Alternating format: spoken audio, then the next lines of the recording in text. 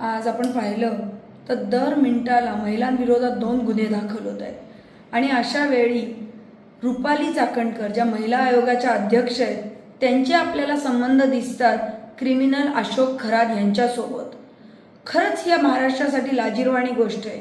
मी शेतकरी कामगार पक्षाच्या वतीने तातडीने त्यांची नैतिकता म्हणून रुपाली चाकणकरांची या ठिकाणी राजीनाम्याची मागणी करते आणि या सरकारला विनंती करते की खरातांवर आणि चाकणकरांवर सगळ्या मामल्यावरती सखोल चौकशी झाली पाहिजे आणि त्यात स्वतः खूप वाईट वाटतं समजून की त्या स्वतः विश्वस्त आहेत त्यांच्या एका संस्थेच्या.